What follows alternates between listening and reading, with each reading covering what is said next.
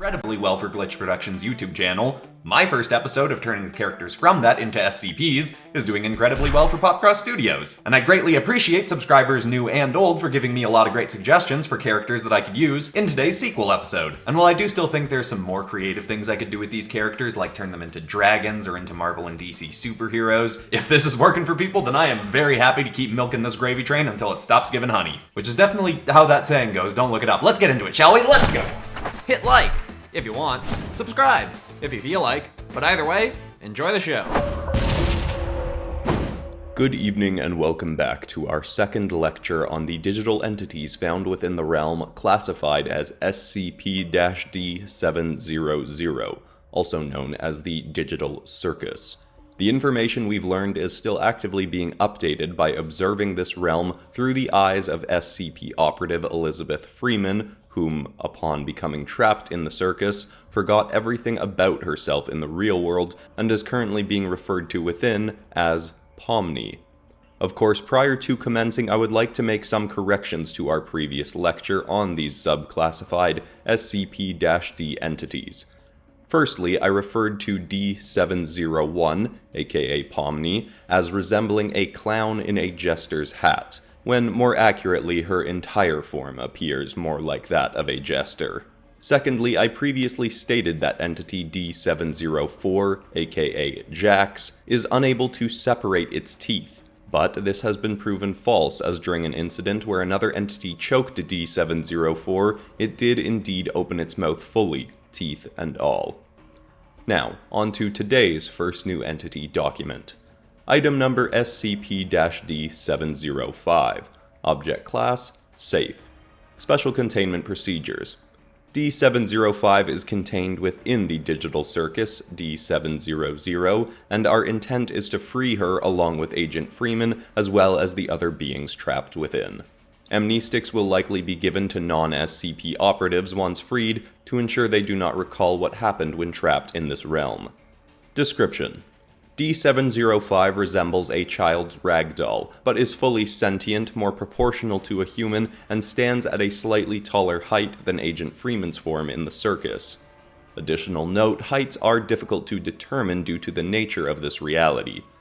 Dr. Jack Bright has suggested we measure the entities in how many gloinks tall they are, but thankfully this inane suggestion has been ignored. D705 has a button in place of one eye, while the other appears more akin to that of a normal human being's eye. She has taken on the name of Ragatha, and appears to be the most upbeat of the beings trapped in this realm. Though unconfirmed, as many of our facts about this realm are, from conversations overheard by our observing operatives, it is believed that D705 has been trapped in this realm for the second longest amount of time after D707. Whom we will discuss later. In spite of this, she appears to have the most positive demeanor, other than of course the ringmaster D702, who is still believed to be an artificially intelligent entity not trapped in this realm like Ragatha and the others. Upon our Agent Freeman entering this realm and forgetting who she was, D705 was the most welcoming and comforting towards her, showing Agent Freeman to her own room of the circus. Unfortunately, she was also briefly injured by entity D708, discussed in our prior lecture, but Kane, D702, was able to heal her injuries instantaneously upon learning she had been harmed. Now, we have begun to make some headway in tracking the locations of the other entities trapped in this realm, including Ragatha. With Foundation personnel working nearly around the clock to decrypt signals going in and out of this realm, we believe an IP address has been found for the being from our world who is stuck in the Digital Circus in the form of Ragatha. The owner of the home we have tracked the signal to is one Amanda Hufford in Houston, Texas. Operatives have been sent to her home, but strangely it seems to be abandoned. It is possible our decryptors have found inaccurate information, but upon locating past footage of this woman online, her voice and the cadence of her speech patterns does sound identical to that of the entity known as Ragatha. This document shall be updated when we acquire more information or confirmation of this theory.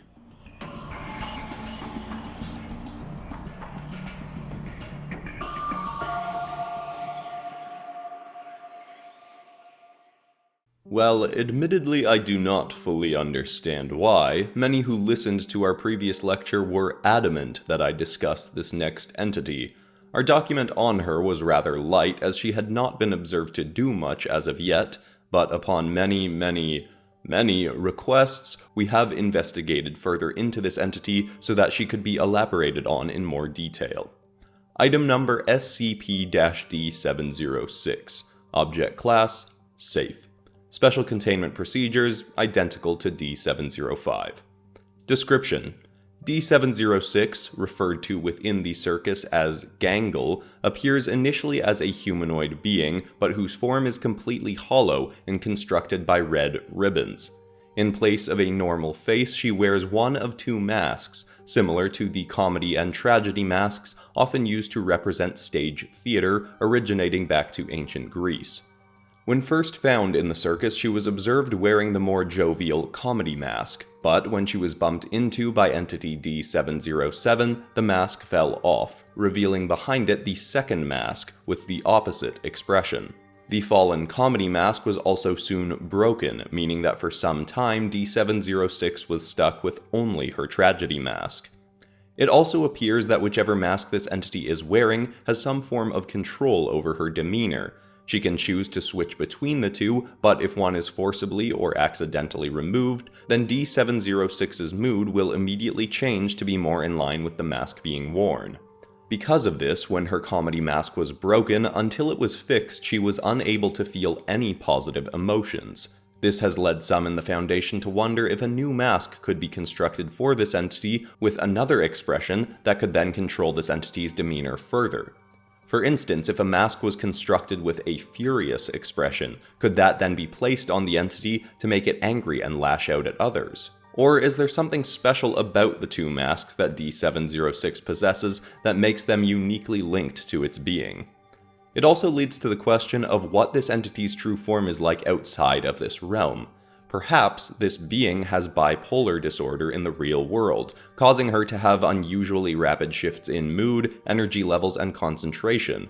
This could then have manifested into the form she took on in this realm.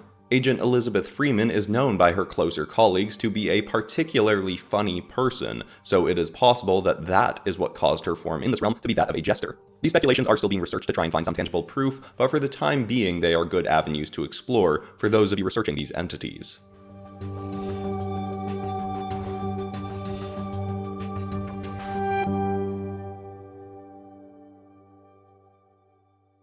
Quick interruption here to show you the most beautiful thing I have ever made in my life. Monsters of the Multiverse, my very first art book, which is officially released as of today. Another entity we currently know little about, but will open discussion and research into now is...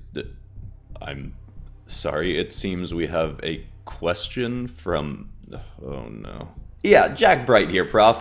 Why are you always saying things like discuss when you're doing these lectures? I mean, they're kind of always just you talking at us, right? It's not really a discussion. I suppose that is a valid criticism, but if you wish to address it further, then you and I can discuss it in private after this lecture. Please refrain from interrupting again. Anyhow, let us move on to item number SCP-D707. Object class, safe. Special containment procedures, identical to prior entries. D707, referred to within this realm as Kinger, resembles a sentient king chess piece. He has floating hands and wears a long red cape with a fur lining, reminiscent of the mantle or royal garment worn during coronations. He has two large skewed eyes, but no other facial features.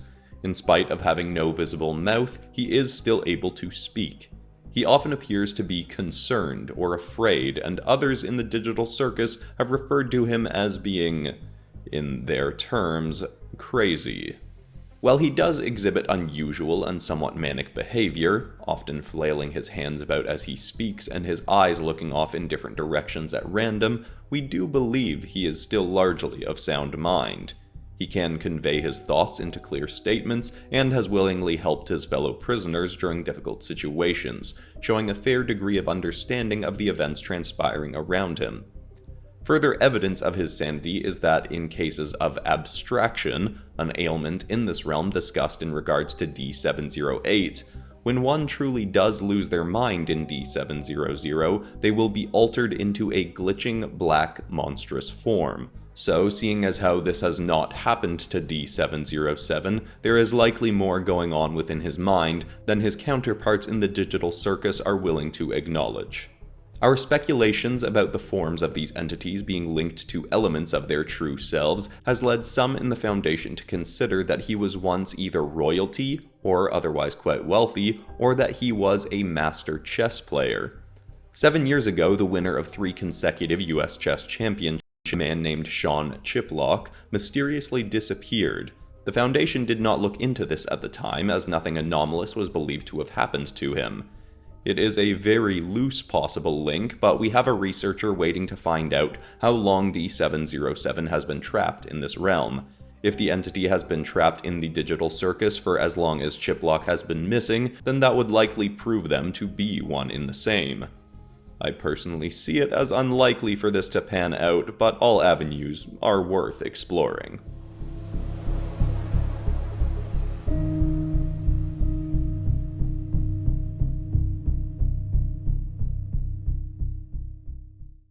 Our final entity for today is not believed to be one of the entities who is a human being trapped in this realm, but more likely another artificially intelligent program, though this could be proven false in the future. Item number SCP-D710. Object Class: Euclid. Special Containment Procedures. D710 currently resides within a nest she has built for herself in the basement of the digital circus, not to be confused with the cellar where the abstracted D708 is currently held. She has thus far shown no ability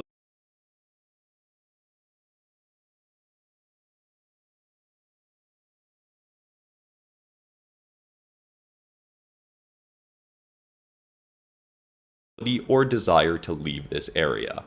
Description: D710 refers to herself as the Queen of the Gloinks. She is roughly 50 times the volume running along her side.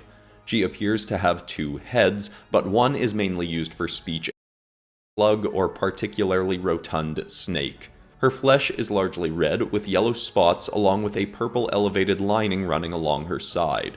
She appears to have 2 heads, but one is mainly used for speech and consumption, while the other seems more often to be used to expel waste. She has 12 eyes of various sizes protruding from her main head and 8 on the other. This entity seems to be the leader of a group of beings referred to as the Gloinks. They are small, colorful shapes, each with 2 eyes and a mouth, that move by rolling and hopping along their environment. They also have a proclivity to steal any item they interact with by pressing themselves against it and thereafter having the item stuck to them. Their movement and traversal speed seem to be completely unhindered by the weight of whatever they have stuck themselves to. They also tend to bring these items down to the basement to their queen for either consumption or to continue building her nest. D710 has also proven to be hostile towards entities that are not one of her Gloinks. She has stated clearly that she believes everyone and everything should be Gloinks.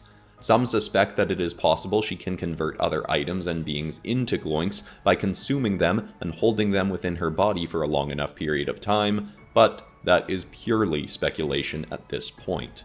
She has been seen to consume part of the body of one of the trapped beings in this realm, but that being was then expelled from D710 and had not been physically altered in any way, suggesting that this theory is false, and that, while she is not friendly towards the other entities, she cannot truly do them harm in the same way that an abstracted being can. Now, we have not covered every being found in this realm, and another lecture is certainly likely, though we may have to wait some time so that we can acquire more information and have enough to discuss.